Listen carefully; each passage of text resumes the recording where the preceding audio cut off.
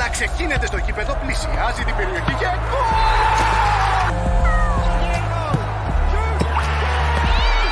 Κατέβασε και εσύ το Bet On Alfa app και μη χάσεις ούτε ένα γκολ. Bet On Alfa. Ανεβήκαμε κατηγορία.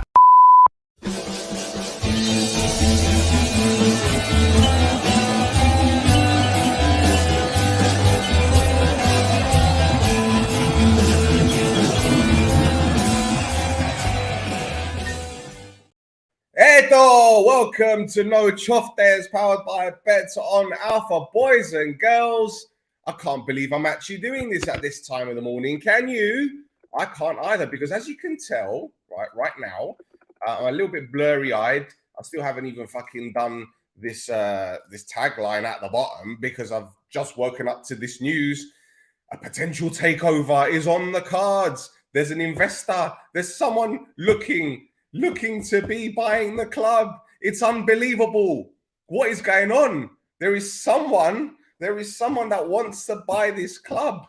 I can't believe it. Like literally, like my eyes, I woke up, I received a message on WhatsApp. Someone is looking to buy the club. I don't know who. I don't know who, but it looks like all of this pain might be coming to an end. This is brilliant. Is it party time? And I don't know if they're from the Middle East, because if they are, I'm going to get the fucking tea towels and put it over my head. I'm going to get, I don't know, Yaya's fucking old mandilla, put it over the head. I don't know if they're Austrian. If they're Austrian, then let's go to the mountains. Or if they're Swiss, let's go to the mountains, go to Drodden and start yodeling. Let's go start... He got it. It's 1st of April. It's the 1st of April. It's April Fool's Day. There is no breaking news. This club isn't going to be taken over. I'm glad Mihaly fucking got it. Well done. So all 27 of you that are watching live, all 27 of you, I've let you all down. Great. You know what? I'm glad someone figured it out before everyone else did, because I had a feeling that this would actually end up on one of the news outlets and then people will start fucking believing it. Pedro, you got me. Of course I got you. This is what it is. This is what it is. Not convincing. Well, there you go. There you go. Because as I keep saying, this club is a fucking sinking ship. I'm glad someone got it in under 3 minutes. Congratulations, man. That's fucking brilliant. You fucking got me. But yeah, listen, we've got Buffer today. It is today, isn't it? It is today. I'm losing track of the days. I'm losing track of who we're playing, when we're playing. This international break has completely fried my brain. I'm meant to be going to my daughter's Greek school in about half an hour because she's got a yorti. And yeah, that's going to be an interesting one. Don't get me wrong. It's great for the memories, you know, but you have to sit through the whole thing. You just want to go and watch your kid do her thing and then fuck off home. Well, you have to sit through the whole fucking thing. Which Oryxin. But look, it is what it is. And oh bloody hell, look at all of these fucking comments. hang about. Almost had a heart attack. Singunis is all right. I knew it from the first second. Bravo, that's all well done. You got it in 0 seconds there, George. Come on now. Who would buy a pub team? That's a good question, Rodri. Who would buy a pub team? Who would buy us? No, you got me. I'm sorry. I had to do this. It's April the 1st. You got to have some light-hearted humor. I mean, to be honest, part of my plan was to drag this out as long as possible and see if anyone actually bit. But obviously, you know, Mihaly figured it out straight away. But I was actually hoping to drag this out to at least the end of the show and then just leave it at that. And then go, April Fools, when we do the review later on. Because let's get it right. No one's going to want to fucking take over this club. Like, not at the state it is at this current moment, you know. And as we keep saying, this club is like, what was it? Our equity is negative 35 million. What the fuck is going on?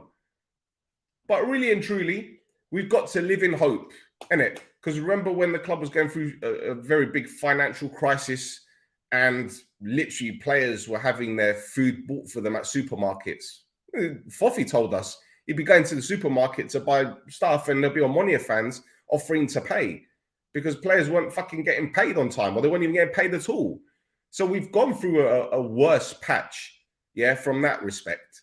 And I think honestly, winning the league and winning the cup, it gave us a little bit of a feeling of entitlement, didn't it? You know, it gave us that feeling of, yeah, you know, we're back at the top and now we can kick on. But really and truly, when a club is taken over by someone and it's still in such a debt, and let's get it right, Baba Stavro hasn't cleared the debt, has he? And I don't think his intention was to clear the debt with his own money. So it's practically what a lot of, let's say, for example, the Glazers at Man United, like they weren't going to use their own money to buy the club. They're going to take loans from the banks. So Baba Stavro wasn't going to take over the club and pump 18 million or 19 million, however much it was, of his own money to clear the debt, when clearly he doesn't own the whole club. He doesn't own a soul, does he? He just owns the fucking football club. He doesn't own the volleyball team, the whatever. He doesn't own it. He doesn't even own the fucking training ground. So I can see where he's coming from. Why would he clear the debt? But at the same time, you have a responsibility as an owner to improve the club and to use your own money to bring in players, to bring in managers, to bring in staff, to change the whole infrastructure so the club is successful. So it then does become self-sustainable. And then you can make money by winning trophies, by entering European competition, by progressing in European competition. Because I'm not going to lie to you, boys and girls, yeah? Forget this season, right? When we got into the Europa League, I knew that it was going to be a difficult one and it was going to be practically impossible to get out of the fucking group. But last season, when we had, who did we have in our fucking Europa Conference League group? Astana? No, it wasn't Astana. Who was it? So these teams, I fucking don't even remember who they are. We could have got out of that group. Got like 1 point. Karabag? Like, really? Karabag? No, they dicked us at home, but away from home, we could have fucking got a win there, to be honest, if we knew how to fucking defend. So we should have got out of that fucking Conference League group. That's simple. But we didn't get out of that group because of the signings that were made in the summer and the fucking scattergun approach that this president has had. Yeah? So let's get it right, yeah? It's a fucking, yeah, thank you. Karabag, Basel, and Kairat. We got 4 points. Yeah? 4 points. Karabag at home, right? They dicked us when we were doing pretty well, weren't we? Basel, okay, we were robbed at home for sure, but didn't we pull level when Dura scored the penalty? Didn't we equalize there? We could have walked away with a point. And Kairat, fucking hell, man. That game, the home game, I know it was a dead rubber game because we were fucking out. But Jesus, honestly, how the fuck we didn't get anything out of that one? I don't know. So this is what I'm saying. Like, you can see on the one hand the business perspective of the president saying, well, I'm not going to pump all my money into this club when I don't fucking own the whole thing. Literally the whole thing. But at the same time, you want the club to progress and you want the club to reduce the debt, to be self-sustainable. And you can only do that by being successful. But if you ain't fucking believing in a system or having some kind of infrastructure or some stability and making the right decisions when it comes to player signings or contract renewals, you're fucking going to fail. And the fact is, boys and girls, we're going into a game today against Buffer, who are better than us on the pitch. They're doing better than us off the pitch right now in 2023.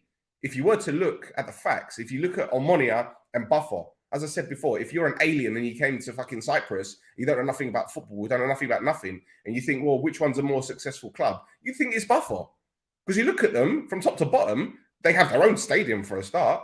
They've got a fucking state-of-the-art training facility. They're bringing in very good players. You've got a head coach that's got proven quality of winning fucking leagues. Yeah, proven quality. And they have people in the background that are running the club that are not necessarily getting involved in the club. Like Dubov isn't doing any fuckery this season. That billionaire Russian backer, he ain't doing any fuckery this season. I don't know what Mendieta's role is, to be honest. He's supposed to be some kind of sporting director. Maybe he's just there for the holiday. Maybe he's there for the money. Maybe Buffalo are just using him as some kind of tool to attract players. But so what? Who fucking cares? If you got the money there and you interested in a player, you give the call to the players, agent a call, say, we want to sign your player. Tell us more about Buffett. We've got Mendieta here. We've got Salgado here. Oh, safe. And we got money as well. So really and truly, like the past 2 years, here you go. Do you think the past 2 years the problem has been low budget or poor management? It's both. It's both. That's effectively what it is. And we can moan about this all the time. They're close to an agreement with the Somalia to build a football stadium. These are rumors, that's all. Because someone messaged me this morning on Instagram. In fact, sorry, they messaged me last night, but I was fast asleep. And he said to me he heard that there's a agreement is close between the Somalia and Baba Stafford. I don't believe in that whatsoever. And that's not disrespecting the guy that messaged me. I just don't believe it because I don't believe anything until I see it when it comes to this club. So whatever. So did Neil Lennon. Well, yeah, Lennon did have a track record of winning trophies, winning leagues, but he had a track record of maybe he enjoyed Zivania too much. I don't know. I'm just guessing here, Rodri. I'm guessing. What do you think about Simo going to Nigeria in the international break? Also, Derimo, I said it yesterday. I firmly believe that it's either one of two things. Either number one, Simo went out there to see his friend Shehu because obviously we saw them meeting up with each other. Perhaps, this is my second point, perhaps Shehu is doing something with an academy and Simo is out there because he's interested in signing some young Nigerian talent because he believes, which is clearly obvious, that there is genuine talent coming out of that country. Fandasso, it's a massive country, right? And, while you can say, oh, there's corruption in Nigeria, well, there's corruption in Cyprus, but how come they're still producing talent when their resources aren't as good as Cyprus's resources? How are they still producing talent like Osimhen? Yeah, how over the years they produced players like Kanu and Amakachi and fucking JJ Okocha? Because why? Because these players from Africa have been spotted, right, by clubs from Europe, and they've gone out to Europe. So you get this, the players haven't had the fucking fear to go to Europe and learn a new language and to adapt and to do things different. They probably haven't had their families or agents holding them back saying, oh, stay here. They probably haven't had to go to the Strador for a year and a half. So you tell me where we're going wrong when it comes to player development. So I'm guessing that Simo is probably out there. I'm hoping it's not for a fucking meet up with Shehu and for a few Govendes. I'm hoping that he's gone to an academy, because I think he was with Ahmed Musa as well. And Ahmed Musa is a pretty big name in Nigeria. And I think he's got something to do with an academy. So possibly Simo is going to strike an agreement with Shehu or a specific academy in Nigeria to look at younger players and second to Omonoia. You never know. Or maybe, this is the third thing, maybe Simo is going to start something separate to Omonoia. Here's another one that's just hit me. Maybe he's going to start something separate to Omonoia, right, with Shehu, with Musa, to get players to Cyprus, to start his own account. You never know. It could be anything. But we're just speculating because we don't know. And it could just be a genuine meetup. It's Ramadan, isn't it? And I think Shehu's in the north of Africa, which is predominantly Muslim. Maybe he's gone out there for a bit of a trip. I don't know. Fuck knows. I'm hoping it's all positive stuff. But what can I tell you, man? What can I tell you? It's just lots of ifs, buts, and maybes and conjecture and guesswork, isn't it? It's guesstimating. So, yeah, but does Addis, with so many players were unknowns before signing, apart from their forwards, have much bigger budget than us? Probably not.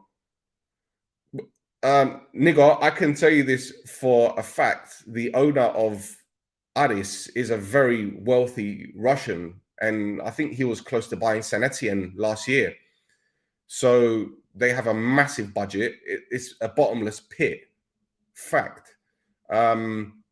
And in terms of their recruitment, yeah, they're miles better because they've got a scouting team that looks all over the world, really. I mean, Babika, he's from Guinea. He's from Gabon. Where did they find him? Right, Gomis, he's from Ivory Coast. Where did they find him? Bambika from South Africa. Where did they find him? So clearly they've either got an incredible scouting network. I'm guessing they do have an incredible scouting network, or they do have someone that knows people that can bring in quality players. Strutsky, where did they find him? He's Polish. Where did they find him from? You can talk about signing Vanna Alves that won titles with Porto. You can talk about Bengtson that won titles with Mame. You could talk about it. But the fact is, they've mixed experience with youth. Fucking Bambika's 23, 24. You know, if they have a decent Europa League campaign next season, or even if they get into the Champions League by winning the title, or even in the qualifiers, you know, Bambika can probably be sold for 3-4 million. Bilea, the left back, you know, ANTROPI didn't want him. Oh, Kesba obviously still doesn't want him for the national team, but Bilea was at Arsenal's academy, was he not? Wasn't he playing for Arsenal's reserves or the academy at one point? So they clearly trusted him. So they're doing something right. And don't get me started on their fucking marketing and their social media, man. Anyway. They have five-star FM scouts, so we have Simo. I'm not going to go into that, bro. The issue is not money. The issue is competence. I doubt Addis and Buff have a high budget. They do, bro. Well, look, okay. In terms of the budget starting of the season, they probably said, right, this is what we're going to go with, right? But if they need to extend that budget, they can do that. They can throw the money at it because they can be ambitious. We're not ambitious. We really ain't ambitious. It's that simple. Their owner may be very wealthy and their budget may become massive in the future, but is their current budget actually bigger? Do you need bigger? Well, that's a good question. And this is what I'm talking about in terms of the budget. Their budget in terms of how much they're willing to spend may not be as much as Omonia's. But I'll tell you this now, given the season that they've had this season, these players' agents might be knocking on the door and saying, right, we need maybe a 50,000 euro increase a year on our wage salary. And the owner will say, well, fuck this. Like, we've gone from Conference League to challenging for the title to almost getting into the... If they win the league, the owner will be like, fuck this, I'll give you the money. Fuck it. This is what you deserve. And they'll probably get a bonus for winning the league as well. This is a club that spent €500,000 on buying a brand new coach to take their players to and from matches. We're talking about a coach with Wi-Fi, with fucking state-of-the-art facilities. $500,000 they spent on this fucking coach, right? The wheels on the bus go round and round. Well, it's not a Leofario, it's a fucking coach. It's a state-of-the-art coach. They're not fucking about, man. Addis are not fucking about. Look at, if you go to LMSR, I don't know where you're based, Nicola, right? When you go to LMSR, look at how they advertise. Look at all the tabeles, and they're getting everything right. Their social media is right. Their marketing is right. Their scouting is right. And here we are, you know? I was in LMSR and I saw one little poster for Omonoia, and even that was folded in half, stuck on some telia. Like, they don't care. They got no fucking idea. And I tell you what, I put out, I shouldn't have done this, but I put out an Instagram story last night. I did a video on the This Is Mappa Instagram page, because obviously we got This Is Mappa, which is a broader scope of Cypriot football, which is a podcast that we do. So we don't talk about Omonoia. We do talk about Omonoia, but obviously the other clubs in Cyprus, yeah. And here's the funny thing, right? Here's the funny thing. I did this video of Bambika, right, like a compilation, right? I put it out on my Twitter, on the This Is Mappa Twitter, right? We got like 4,000 views on it. Omonoia put out this video of one of our goals, and they got like 200 views. I'm thinking, what the fuck is this? Like, there's no creativity. There's no whatever. Anyway, listen, I'm not going to go into it because I've been banging on about this club's fucking whatever. I can't go into it. Does AEK have a bigger budget than Omonoia? Yet they're title contenders. Again, if you're talking about budget, no, they probably don't have a bigger budget, but they've been very smart with their recruitment. Where's our Faraj? Where is our version of him? Where is our version of Ledes? Where's our Tomovic? Where are they? Tell me. Where's our Rosales? Where are these players? Because they've been signing some quality players. Perebons? Where are these players? Again, it goes down to scouting, doesn't it? And it goes down to scouting, and it goes down to, get this, sticking with the manager. Because, yeah, last season they had Badia, they had Catala, they had, fucking hell, who else? Was Agusti at the beginning of the season? I don't think it was. It was Catala at the beginning of last season. They had two coaches last season, right? But this season, they brought in Ultra, and they stuck with Ultra. There's a difference. Through the thick and the thin. Omonoia with our current budget, 9,000 season tickets, bro, we should have been title contenders. We should have been. Because with the signings that we made in the summer, let's get it right. I mean, people were telling me that Bruno Felipe was supposed to be this superb player. You know, he fucked off to Buffalo, and they've actually got worse in the league since signing him. We've got Adam Matthews, that's a fantastic fullback. He's been one of our best players this season. But then you look at, Karim, it took him a while to get going and he started to play. But then you sign Bessedin. I'll tell you something interesting, right? Because I need to keep this short. I need to leave this house in about 10 minutes. Here's something that is a fact, which is very, very interesting. A friend of mine, Andrew, he's a Ukrainian football journalist, right? And he's done a lot of work with them. In fact, you saw Andrew, he came on to do the preview. Oh, sorry, when we signed Bezos, he came on to talk to us about Bezos. Here's an interesting fact. Bessedin has gone 705 days since his last goal. Since his last competitive goal. 705 days. That is in nearly 2 years without a goal. Bessedin. And yet we signed him in January to run around. There you go. They need marketing though. We don't. Oh yeah, okay. Now see, this sentence sums up the attitude of the Omonoia hierarchy. They need their marketing. We don't. Every club needs marketing because if you don't have marketing, you're just going to stand still. You're going to stagnate. Yeah. Think of Coca-Cola and Pepsi, two of the biggest soft drinks companies in the world. What you think Coca-Cola reached a level when they thought, we don't need to do any more marketing anymore because we just, Pepsi, they're not going to do anything. Pepsi aren't going to be a threat. No, you need to do your marketing to not only stay relevant, but to appeal to the next demographic, the next generation. Because what artists are doing very, very well is that while, they don't have, the 25 to 55-year-olds supporting their clubs like Omonoia and Abuel do, they're appealing to the Gen Z, the Generation Z, and the 20-year-olds and up to 25-year-olds because they're the future. So if they can get high school kids, junior school, Nibiago, all those kind of kids, getting their parents to take them to games, or you fucking Ligio kids, college kids, get them to the artist games, they'll be supporting them for 25, 30, 40 years. And then they'll pass down that to their generation. Yeah? We're not thinking like that. Our lot are like, well, we've got this fan base and they're just going to stick with us because we're Omonoia. We're Omonoia. That's the wrong attitude to have. That's the wrong attitude to have because what you're doing, you're standing still while other people are overtaking you and you're carrying on with this mentality like, oh, we're Omonoia, so we should have support. It's not how it works. It's not how it works. This ain't Liverpool or Man United or Real Madrid or Barcelona where the fans will continue supporting the club because there's legacy and there's history. It's not how it works. Our history, fact is what?